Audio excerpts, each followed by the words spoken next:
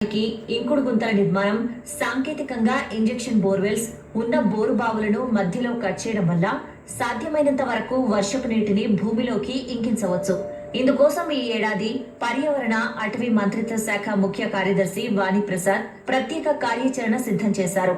Biodiversity plantation, ఉష్ణోగ్రతలను తగ్గించడం, నీటి సంరక్షణ చర్యలు చేపట్టడమే ప్రధాన అజెండాగా కార్యాచరణ రూపొందించారు. జలమండలి, జీహెచ్ఎంసీ, భూగర్భ జలవనరుల శాఖ, రెవెన్యూ సహా అనుబంధ విభాగాలతో సమన్వయం చేసుకుంటూ నగరంలో నీటి సంరక్షణ కోసం పాటుపడుతున్నారు.